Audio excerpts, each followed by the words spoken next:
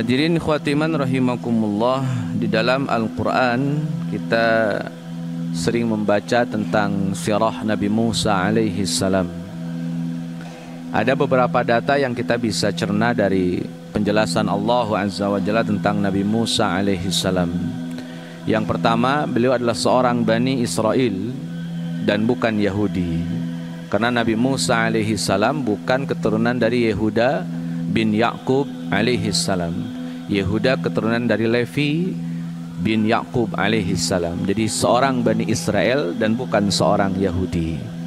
Berbeda dengan Nabi Daud dan juga Nabi Sulaiman alaihi salam. Nabi Daud dan Nabi Sulaiman, dia Bani Israel sekaligus dia Yahudi karena keturunan dari Yehuda bin Ya'qub alaihi salam. Yahudi yang dimaksud bukanlah agama ya. Yahudi yang dimaksud bukanlah agama, tapi sebuah bangsa yang lahir dari Yehuda bin Ya'qub alaihi salam. Baik hadirin khawatiman rahimakumullah, itu data yang pertama. Data yang kedua, Nabi Musa alaihi salam lahir di kota Mesir. Walaupun dia seorang Bani Israel, tapi dia tidak lahir di Yerusalem. Dia lahir di kota Mesir. Muncul pertanyaan, kenapa ada Bani Israel tapi lahirnya di kota Mesir? Hadirin khawatiman rahimakumullah, ketika Nabi Yusuf alaihi salam ada drama dibuang, kemudian diasuh oleh orang Mesir, sampai dipenjara oleh orang-orang Mesir, sampai bebas dari penjara, kemudian dekat dengan penguasa saat itu, sampai dijadikan sebagai orang yang memegang perbendaharaan kerajaan, atau mungkin bahasa kita bendahara kerajaan gitu. Sehingga Nabi Yusuf alaihi salam menjadi menteri keuangannya lah gitu. Menteri keuangan sekaligus yang punya otoritas mengeluarkan perbendaharaan orang-orang Mesir. Sampai di titik itu, maka hadirin khawatiman rahimakumullah, Nabi Yusuf membawa seluruh Bani Israel dari Yerusalem ke Mesir. Dalam surat Yusuf ayat 99 dan juga ayat 100 disitu dijelaskan bahwa Nabi Yusuf meminta orang tuanya sekaligus saudara-saudaranya untuk pindah dari kota Yerusalem menuju kota Mesir.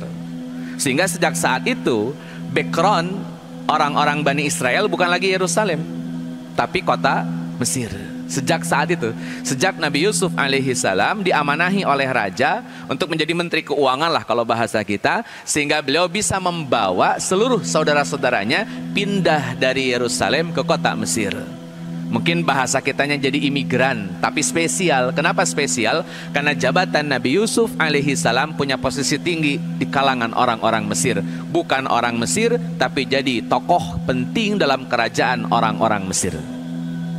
Nah hadirin khawatiman rahimakumullah, itu data yang kedua, sehingga background orang-orang Bani Israel bukan lagi Yerusalem tapi Mesir. Hadirin khawatiman rahimakumullah, data yang ketiga, karena ini adalah para imigran begitu, bukan asli pribumi orang-orang Mesir. Awalnya waktu ada Nabi Yusuf, orang masih menaruh hormat sama Bani Israel. Kenapa? Melihat Yusufnya. Karena Yusuf punya jasa besar terhadap orang-orang Mesir, maka orang-orang Mesir begitu respect sama orang-orang Bani Israel ketika masih ada Nabi Yusuf alaihi salam. Seiring berjalannya waktu, Nabi Yusuf meninggal dunia, kemudian respeknya orang-orang Mesir berkurang kepada orang-orang Bani Israel. Puncaknya muncullah rasisme di kalangan orang-orang Mesir, di mana selain bangsa Mesir maka masuk kategori the second class, kelas kedua. Tidak tanggung-tanggung hadirin ikhwatiman rahimakumullah, selain warga Mesir maka akan dihukumi sebagai status orang-orang yang layak jadi hamba sahaya, termasuk Bani Israel. Sehingga di zaman itu status Bani Israel sebagai imigran spesial tidak lagi diberikan. Jadi imigrannya tetap, tapi tidak lagi spesial. Bahkan mereka dianggap sebagai orang-orang yang layak menjadi hamba sahaya atau menjadi produsen hamba sahaya. Maka tidak sedikit orang-orang Bani Israel yang diposisikan sebagai hamba sahaya oleh orang-orang Mesir saat itu. Nah hadirin ikhwatimah rahimakumullah, saking beratnya diskriminasi orang-orang Mesir kepada Bani Israel, sampai ada proses infiltrasi keyakinan dari Mesir kepada Bani Israel. Jadi Bani Israel kalau kita pahami secara sederhana masih beragama Islam. Hadirin ikhwatimah rahimakumullah, saat itu masih beragama Islam. Sehingga kita bisa analisa, misalkan dalam surah Al-Baqarah ayat 83, di situ dijelaskan bahwa adanya perjanjian Allah dengan Bani Israel. Di antaranya tidak boleh syirik, harus berbakti sama orang tua, harus berbicara yang baik, melaksanakan sholat, mengeluarkan zakat, itu ada dalam surah Al-Baqarah ayat ke-83. Nah hadirin ikhwati man rahimakumullah, status Bani Israel yang muslim tadi karena saking lamanya mengalami diskriminasi, saking lamanya mengalami perbudakan, maka orang-orang Bani Israel mengalami infiltrasi kebudayaan dan keyakinan. Orang-orang Mesir dengan keyakinannya, dengan kebudayaan pagannya, memberikan pengaruh besar terhadap kalangan Bani Israel. Dan sampai hari ini simbol-simbol Mesir dipakai oleh simbol-simbol Bani Israel atau dalam kurung Yahudi. Misalkan orang-orang Yahudi begitu suka dengan piramid, sampai hari ini mereka suka dengan segitiga. Bahkan bendera mereka itu segitiga dan segitiga terbalik. Belum lagi kemudian dewa matahari yang disimbolkan dengan satu mata. Itu kan infiltrasi dari Mesir yang kemudian mereka yakini sebagai mata Dajjal. Nah hadirin ikhwati man rahimakumullah, termasuk kemampuan sihirnya orang-orang Yahudi itu berawal dari pengaruh orang-orang Mesir. Karena secara umum hadirin ikhwati man rahimakumullah, para nabi itu akan diberikan mukjizat sesuai dengan tantangan di zamannya. Kenapa Nabi Allah Muhammad mujizatnya adalah Al-Quran? Karena fenomena syair sedang berkembang lagi tinggi-tingginya, lagi puncak-puncaknya perkembangan syair di era Nabi Muhammad SAW. Maka harus ada mukjizat yang mampu mengalahkan para penyair. Sampai di zaman Nabi SAW ada tokoh namanya Utbah bin Rabi'ah, bapaknya Hindun, mertuanya Abu Sufyan. Utbah bin Rabi'ah ini bukan orang kaya, bukan juga keturunan bangsawan, tapi statusnya di masyarakat Mekah adalah orang terpandang. Kenapa? Kemampuan syairnya. Nah hadirin ikhwati man rahimakumullah, Nabi Muhammad SAW dengan Quran untuk melawan syair-syair. Adapun Nabi Musa dengan kemampuan yang mirip-mirip kayak sihir, padahal bukan tentunya ya. Ini mujizat jelas. Kenapa kok mujizatnya seperti itu? Tongkat berubah jadi ular, laut terbelah, tangan masuk ke ketiak, keluar-keluar bercahaya. Kenapa mujizat seperti itu? Karena yang dilawan oleh Nabi Musa alaihissalam adalah para penyihir. Dan penyihir saat itu di zaman Nabi Musa alaihissalam sampai pada puncak-puncaknya. Para penyihir itu sudah sampai pada posisi puncak-puncaknya. Maka harus ada Nabi Sallallahu Alaihi Wasallam yang mampu memberikan jawaban kepada para penyihir dengan jawaban ya mirip-mirip seperti sihir, walaupun kita pastikan itu bukan sihir. Nah hadirin ikhwati man rahimakumullah, makanya tongkat berubah jadi ular untuk mengalahkan ular-ular yang dibuat oleh orang-orang yang masuk kategori penyihir. Nah hadirin ikhwati man rahimakumullah, makanya mujizat Nabi Musa sangat identik dengan kekuatan yang luar biasa, mirip-mirip kayak sihir. Sekali lagi ini mujizat bukan sihir, tapi untuk melawan para penyihir. Hadirin ikhwati man rahimakumullah, kemampuan sihirnya orang-orang Mesir pun diambil oleh orang-orang Yahudi. Maka kemampuan orang-orang Yahudi dalam dunia sihir cukup tinggi. Misal ketika turunnya surat Al-Falaq dan An-Nas, dalam tafsir Ibnu Katsir dijelaskan, walaupun ini kemudian diperdebatkan status hadisnya apakah sahih atau dhaif, ketika Nabi SAW kena sihir. Muhammad bin Abduh tidak menerima kalau Nabi Allah Muhammad kena sihir. Itu Muhammad bin Abduh. Dengan beberapa ulama tafsir lainnya menolak kalau Nabi Muhammad kena sihir. Tapi hadis tentang Nabi kena sihir ada. Jadi Nabi SAW kena sihir. Ada dua malaikat datang, kemudian mereka ngobrol. Yang satu berada di kepala Nabi, yang satu berada di kaki Nabi SAW. Kemudian ngobrol. Dalam obrolannya mereka bicara siapakah yang menyihir Nabi. Mereka jawab Labid bin A'sam, seorang Yahudi Madinah. Mereka adalah Yahudi Madinah. Labid bin A'sam menyihir Nabi dengan ikatan rambut yang dibuat 11 ikatan.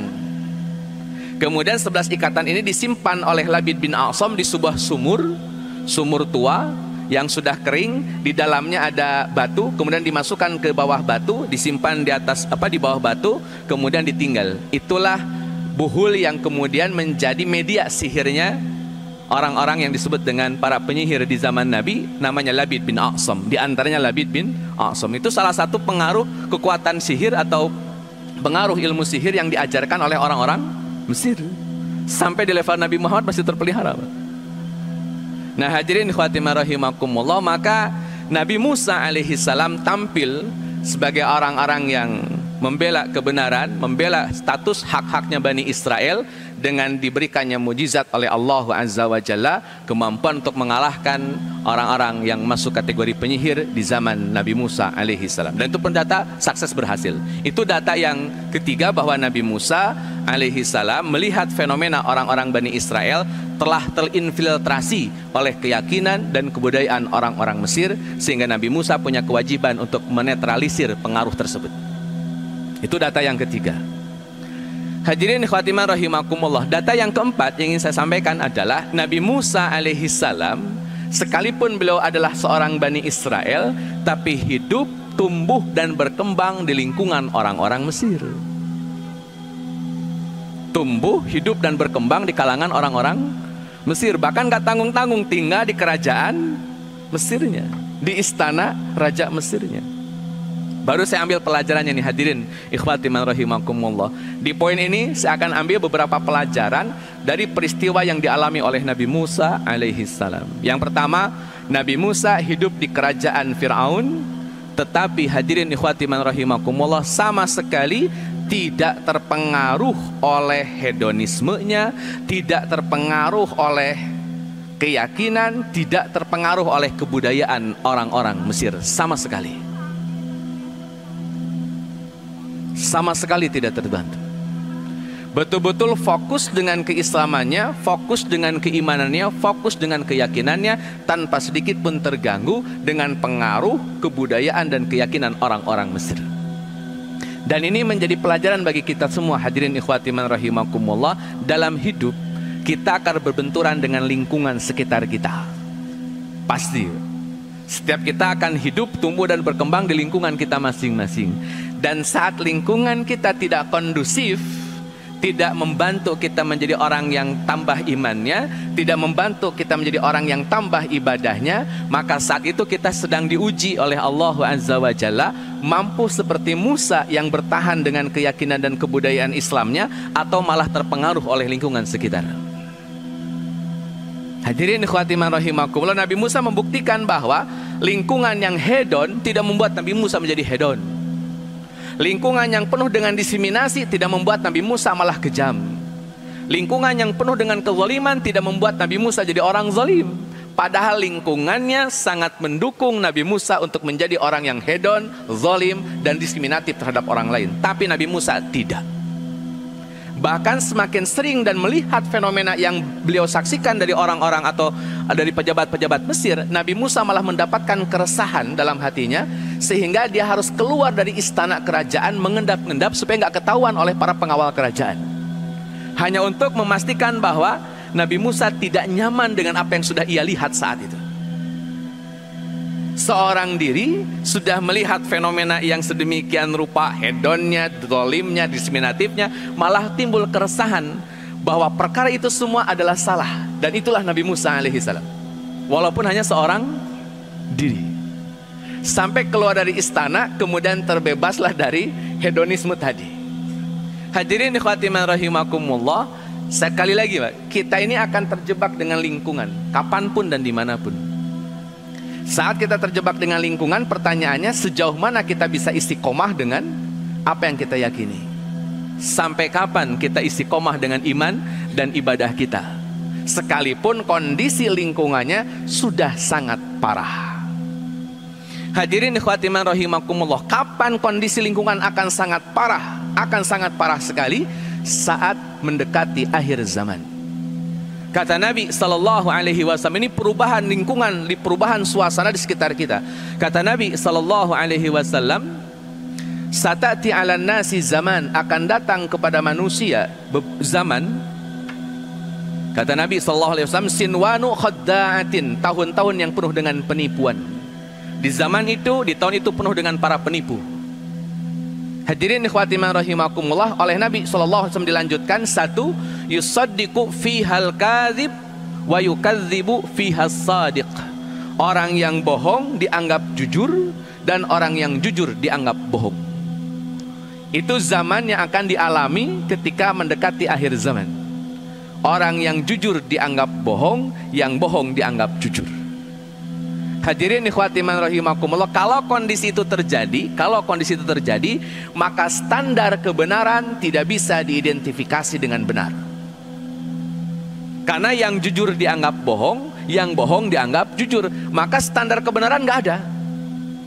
Bagaimana cara menentukan kebenaran kalau yang jujur dianggap bohong dan yang bohong dianggap jujur? Bagaimana standar kebenarannya?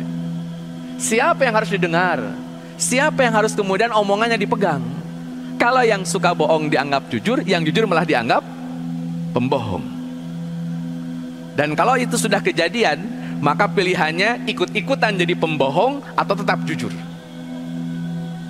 Dan itu sulit di tengah zaman fitnah yang sudah semakin parah. Yang kedua, kata Nabi SAW, wa yu'tamanu fihal kha'in wa yukhawwanu fihal amin. Yang amanah, yang khianat dianggap amanah, dan yang amanah dianggap khianat. Hadirin ikhwati man rahimakumullah, yang amanah dianggap khianat dan khianat dianggap amanah. Maka jika kondisi ini sudah terjadi, maka jabatan bukan lagi berdasarkan kompetensi seseorang, bukan lagi berdasarkan nilai fit and proper test seseorang. Kalau kemudian yang amanah dianggap khianat, yang khianat dianggap amanah, maka tidak ada yang namanya fit and proper test, itu nggak ada. Yang orang kemudian memberikan amanat disebabkan karena kompetensi, disebabkan karena nilai yang dimiliki, itu tidak akan ada. Orang akan memberikan jabatan kepada yang tidak amanah nantinya, kepada yang khianat, padahal mereka tidak mampu melaksanakan kewajibannya, tapi diberikan amanah. Kenapa? Karena orang yang amanah dianggap khianat, dan yang khianat dianggap amanah di zaman itu. Maka pilihannya adalah menjadi orang yang tidak amanah atau tetap amanah. Menjadi orang yang amanah, orang tidak akan memandang kita sebagai orang yang amanah. Menjadi pengkhianat, peluang besar untuk mendapatkan titel predikat dari orang-orang sebagai orang yang amanah. Kalau khianat, maka nanti ngaco itu semuanya. Pemberian amanah itu jadi ngaco. Padahal Nabi SAW sudah ingatkan, idza usidal amr ila ghairi ahliha fantadiris sa'ah. Kalau jabatan diberikan kepada orang yang tidak kompeten, maka tunggu tanggal mainnya kehancuran hal tersebut. Yang terakhir, hadirin khatimah rahimakumullah, kata Nabi akan muncul Ruwaibidah. Dijelaskan oleh Nabi, siapakah Ruwaibidah? Kata Nabi, rajulus safih. Dalam bahasa Arab ada safiha yasfahu, safih artinya bodoh, safih orang yang bodoh. Kalau safih, orang yang sangat bodoh. Rajulus safih, pemuda yang sangat bodoh. Yantiqu fi amril ammah, fi amril ammah, dan dia berbicara tentang urusan orang banyak. Akan ada masa anak muda bodoh ngurusin urusan orang banyak gagal, karena dia tidak punya kemampuan sama sekali. Modal tampang doang, pasang baliho misalnya, tapi tidak punya kemampuan. Hadirin ikhwati rahimakumullah, itulah Ruwaibidah. Maka pilihannya mau bertahan dengan keistiqomahan yakin iman tadi, dengan ibadah tadi, atau terjebak dengan lingkungan yang ada, kondisi fitnah yang ada. Pilihan itu, Pak. Jadi jujur tapi dianggap bohong oleh orang-orang, jadi amanah dianggap khianat oleh orang-orang, atau malah memilih tidak jujur dan tidak amanah supaya dianggap jujur dan dianggap amanah oleh orang-orang. Hadirin ikhwati man rahimakumullah, ada ungkapan bahasa Jawa, cuman saya nggak hafal semuanya, nggak hafal. Kalimatnya kurang lebih beginilah, zaman iki zaman edan, sing ora melu edan, ora apa ini? Ora kebagian, ora kedumen itu. Itulah pokoknya, Pak. Tapi di ujung kalimatnya, sak bejo nek wong edan, seuntung-untungnya orang edan, Pak. Lebih untung lagi orang yang eling lan waspodo, orang yang sadar dan waspada. Itu kalau nggak salah Ronggo Warsito atau Joyoboyo. Poinnya, Pak, poinnya zaman ini zaman edan. Kalau nggak ikut edan nggak kebagian, Pak. Pilihannya jadi edan atau tidak edan. Mau kebagian silakan edan, nggak mau kebagian jangan edan. Kalau nggak edan ya nggak kebagian. Sampai ujung-ujungnya ya Seberuntung-beruntungnya orang edan yang tadi kebagian dengan seluruh isi dunia lah itu, dia kebagian dengan itu semua. Tapi yang lebih beruntung adalah orang yang eling lan waspodo, orang yang sadar dan waspada.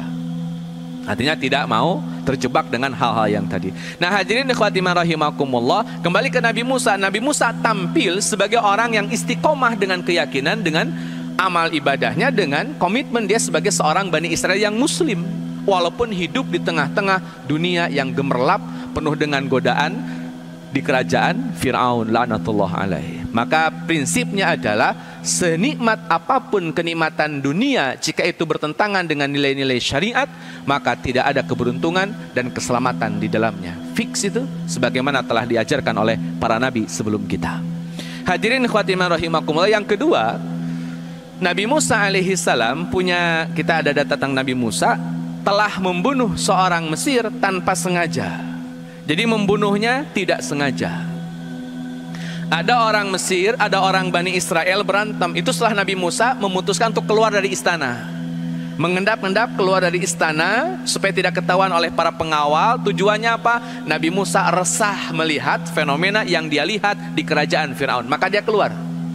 Sekalinya keluar, beliau bertemu dengan dua orang yang sedang berantem. Yang satu orang Bani Israel, yang satu orang Mesir.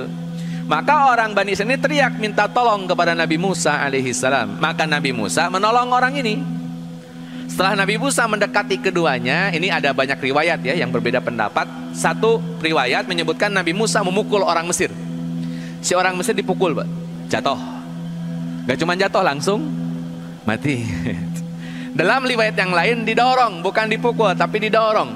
Jadi lagi berantem, dipisah, yang satu didorong sehingga dia jatuh tersungkur dan mati. Antara dipukul atau didorong lah begitu. Hadirin ikhwati rahimakumullah, katakanlah dipukul, Pak. Nabi Musa mukul atau dorong, yang didorong langsung mati. Dan Nabi Musa merasa bersalah karena sudah membunuh orang tanpa sengaja. Nabi Musa tidak pernah berniat membunuh, sama sekali nggak pernah niat membunuh. Nabi Musa hanya melerai perkelahian di antara dua orang. Ternyata aktivitas Nabi Musa yang melerai tadi membuat salah satunya mati, dan itu di luar kesengajaan. Hadirin ikhwati man rahimakumullah, Nabi menyesal gara-gara itu. Nabi Musa menyesal gara-gara telah membunuh tanpa sengaja. Bahkan hadirin ikhwati man rahimakumullah, penyesalan Nabi Musa dibawa sampai ke padang mahsyar, sampai beliau tidak berkenan memberikan syafaat gara-gara kesalahan tersebut. Ketika umat manusia mendatangi Nabi Adam, kata Nabi Adam, ketika minta syafaat, kata Nabi Adam, nafsi, nafsi, saya pernah bikin salah, memakan buah, mendekati pohon. Akhirnya datang ke Nabi Nuh alaihi salam. Kata Nabi Nuh alaihi salam, saya juga malu, masa anak saya tidak masuk surga, tidak terselamatkan, saya bisa ngasih syafaat orang lain, saya nggak bisa. Kemudian datang ke Nabi Ibrahim alaihi salam, saya pernah bohong 3 kali seumur hidup saya malu, saya nggak mau ngasih syafaat. Mungkin Nabi Musa, kata Nabi Musa, saya pernah membunuh orang. Itu dibawa-bawa kalimat itu. Padahal pembunuhan tersebut adalah pembunuhan tanpa kesengajaan. Tidak ada unsur kesengajaan di situ. Tapi penyesalan Nabi Musa sampai ke padang mahsyar. Sampai penyesalan itu membuat Nabi Musa tidak berkenan memberikan syafaat kepada umat manusia. Itu hebatnya Nabi Musa. Sekalinya punya salah, menyesal seumur hidupnya, bahkan sampai matinya pun tetap menyesal. Nabi Musa alaihi salam. Dan beliau mengajarkan Tauratnya. Maka saya agak lucu kalau ada orang belajar Taurat tapi tidak nyesel bunuh orang. Bahkan setelah membunuh, bikin berbagai macam cara supaya pembunuhannya tidak dianggap salah. Kan lucu ini. Kan harusnya sadar dong, kan ngaji Taurat dong, atau ngaji Injil gitu. Harusnya paham. Sebagaimana perjanjian Allah, Pak, dengan Bani Israel. Ini perjanjian Allah dengan Bani Israel diabadikan dalam surah Al-Maidah ayat ke-32. Kata Allah Azza wa Jalla, "Wa man qatala nafsan bighairi nafsin aw fasadin fil ardi." Ini perjanjian Allah dengan Bani Israel. Kata Allah Azza wa Jalla, siapa yang membunuh manusia bighairi nafsin, tidak disebabkan karena orang itu telah membunuh orang lain. Misal saya membunuh si A, Pak. Kenapa saya bunuh si A? Karena si A bunuh si B. Maka boleh saya bunuh si A. Posisi saya sebagai algojo nantinya. Tapi kalau saya bunuh si A dan si A tidak bunuh siapapun, saya kena pasal nantinya. Tadi, man qatala nafsan bighairi nafsin aw fasadin fil ardi, maka kata Allah Azza wa Jalla, faka'annama qatalan nasa jami'a, maka dia seperti membunuh seluruh umat manusia. Pada saat yang dibunuh, kayak membunuh seluruh umat manusia, Pak. Ini perjanjian Allah dengan Bani Israel. Dilanjutkan ayatnya, waman ahyaha, dan siapa yang membiarkan hidup, faka'annama ahyan nasa jami'a, maka dia telah membiarkan hidup seluruh umat manusia. Hadirin ikhwati man rahimakumullah, maka PR-nya hari ini adalah ada orang yang sudah membaca mungkin Taurat, mungkin Injil, tapi tidak merasa bersalah ketika membunuh seseorang. Orang dekatnya lagi yang dibunuh, kan malu itu.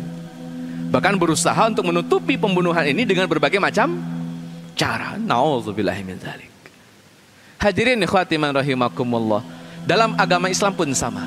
Haji wada Nabi sallallahu alaihi wasallam mengingatkan kepada kita semua, inna dima'akum wa amwalakum wa aradakum haramun alaikum, kata Nabi sallallahu alaihi wasallam. Seorang mukmin dengan mukmin yang lain haram darahnya, haram hartanya, dan haram kehormatannya. Maka seorang mukmin kepada mukmin yang lain wajib menjaga darah orang lain, wajib menjaga harta orang lain, dan wajib menjaga kehormatan orang lain. Itu final dari Nabi sallallahu alaihi wasallam dalam khutbah wadanya.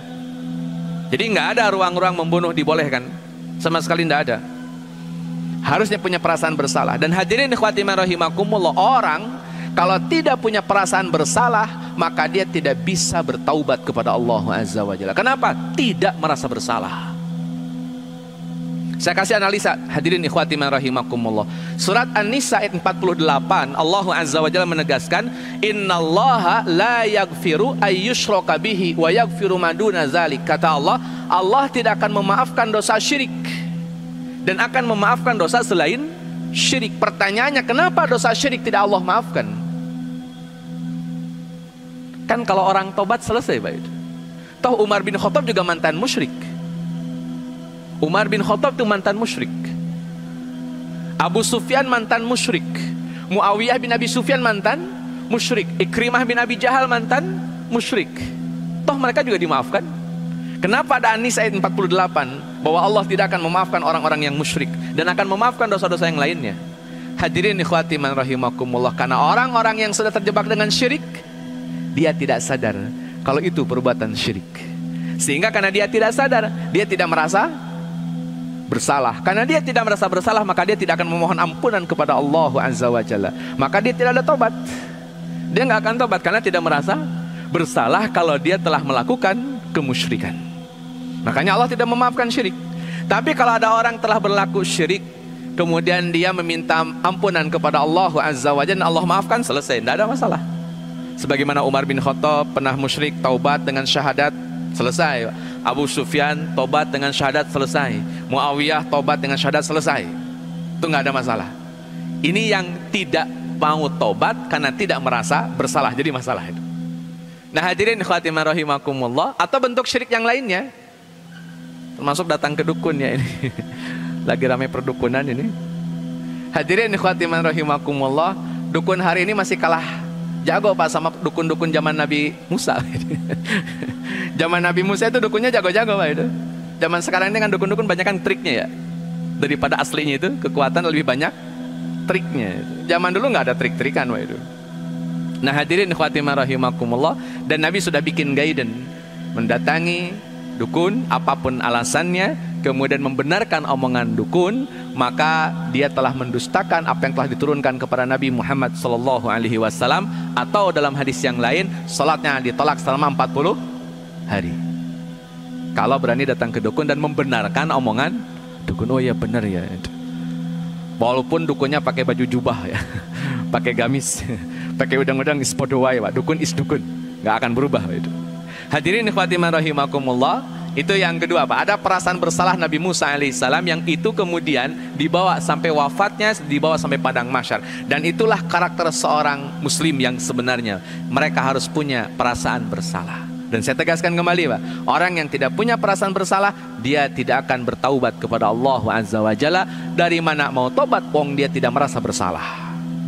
Yang ketiga Pak, setelah yang kedua, yang ketiga, Nabi Musa alaihi salam besoknya Pak ketemu lagi sama Bani Israel yang berantem kemarin, yang orang Mesirnya mati oleh Nabi Musa alaihi salam, tidak sengaja. Nah Bani Israel yang kemarin ketemu sama Nabi Musa dan berantem, ketemu lagi Pak besoknya dan masih berantem lagi Pak. Jadi emang kalau orang Bani Israel Pak dari dulu di zaman Nabi Musa udah ketahuan Pak, karakternya emang suka berantem. Baru kemarin berantem lagi Pak itu. Dan orang yang sama yang berantem kemarin minta tolong lagi ke Nabi Musa alaihi salam. Kata Nabi Musa, benar-benar dah ini orang itu.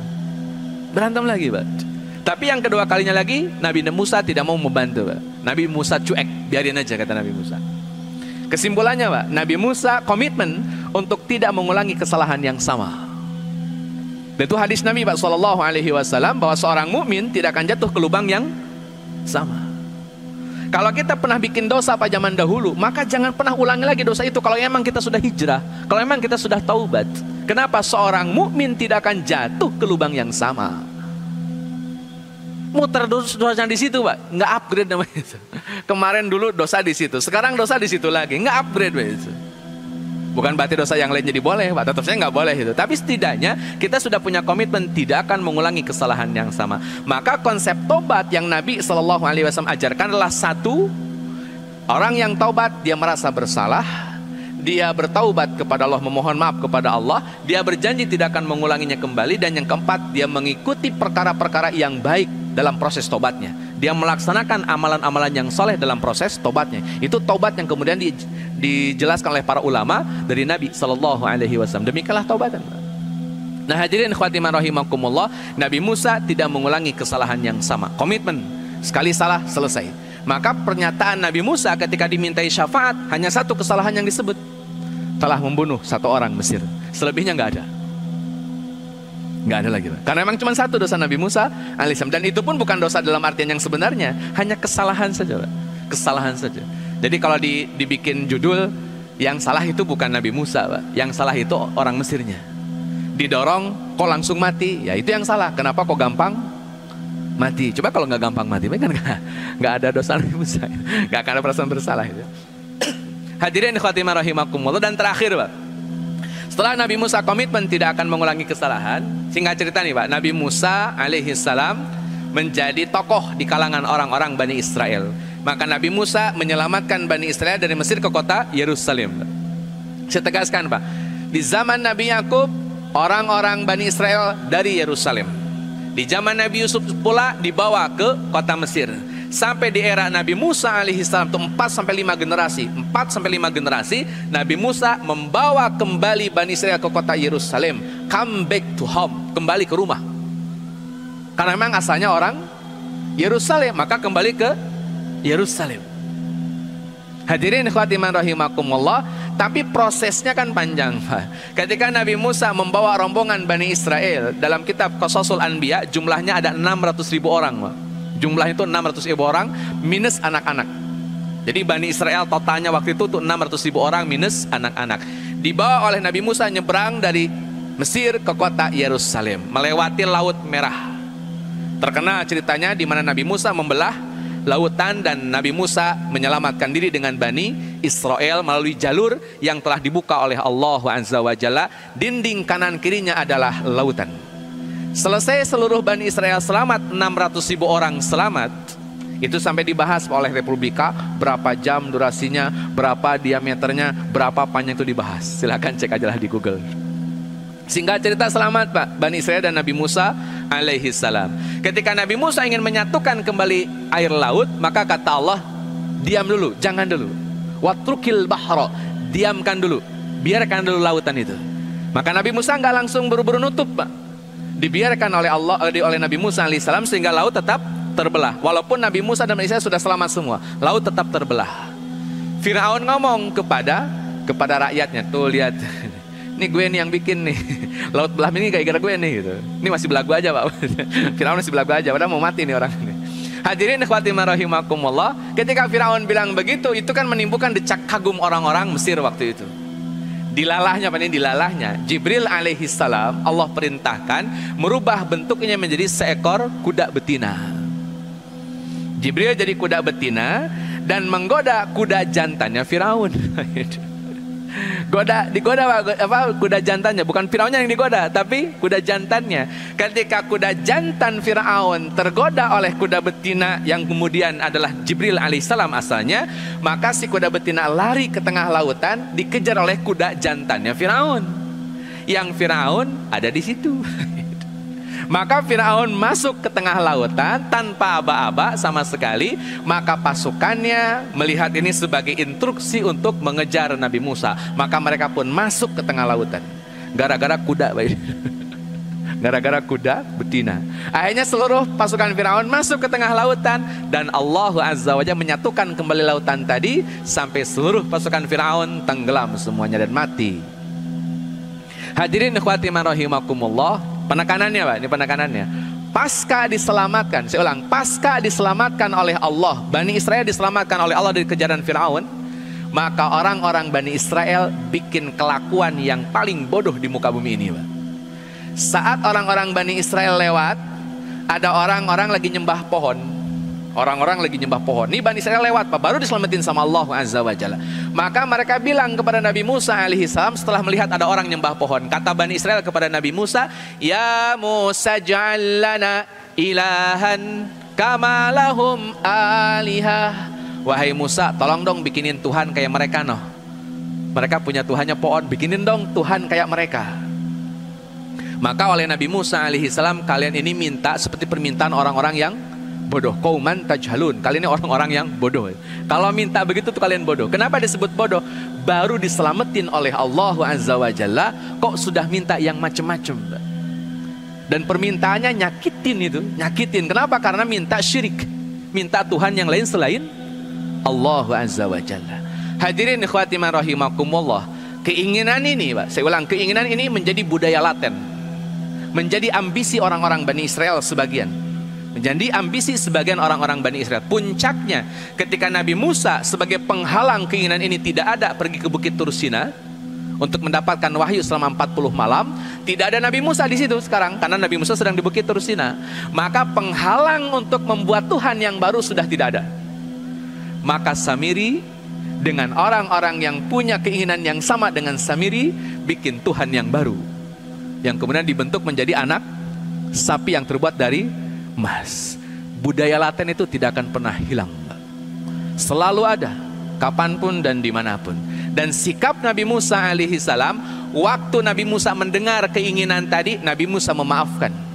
Tapi sudah ada patung sapinya, sudah disembah patung sapinya, maka Nabi Musa harus bertindak.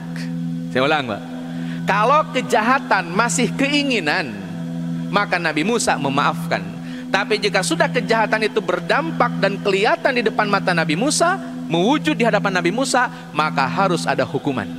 Dan taubat di zaman Nabi Musa adalah bunuh diri.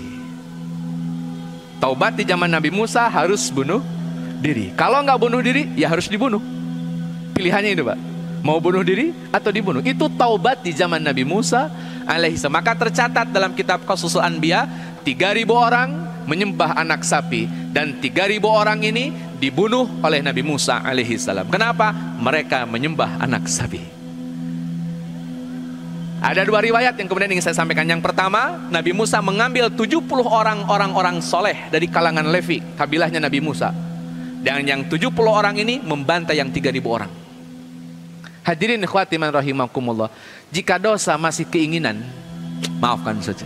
Tapi sudah ada wujudnya, maka harus ada sanksi, harus ada sanksi. Sebagai penutup, hadirin ikhwati man rahimakumullah, Nabi Musa melaksanakan supremasi hukum ketika beliau menjabat sebagai pimpinan. Saat Nabi Musa berada di kota Mesir, hadirin ikhwati man rahimakumullah, Nabi Musa membunuh seorang Mesir tanpa sengaja, dan Nabi Musa pergi ke Madian, meninggalkan kota Mesir menuju Madian. Pertanyaannya adalah, apakah Nabi Musa lari dari tanggung jawab? Apakah Nabi Musa takut dengan apa yang sudah ia lakukan? Jawabannya sederhana hadirin, bukan karena takut, bukan lari dari tanggung jawab. Nabi Musa pergi meninggalkan Mesir menuju Madian karena Nabi Musa tahu di kota Mesir supremasi hukum tidak berjalan dengan baik. Kalau toh Nabi Musa datang ke pengadilan orang-orang Mesir, maka orang-orang Mesir hanya akan memenangkan orang-orang Mesir, tidak akan memenangkan Nabi Musa, walaupun Nabi Musa tidak sengaja membunuh, bukan karena sengaja. Supremasi hukum di kota Mesir tidak baik. Maka Nabi Musa meninggalkan negara tersebut, pindah ke Madian. Saat Nabi Musa jadi pemimpin kalangan Bani Israel, maka supremasi hukum harus dilaksanakan dengan baik. Musyrik, bunuh. Itu putusan Nabi Musa alaihi salam. Maka sebuah bangsa akan punya masa depan jika bangsa itu punya kemampuan supremasi hukum yang baik. Ketika bangsa tidak punya kemampuan supremasi hukum yang baik, maka tidak ada masa depan yang baik bagi bangsa tersebut. Sekian, assalamualaikum warahmatullahi wabarakatuh.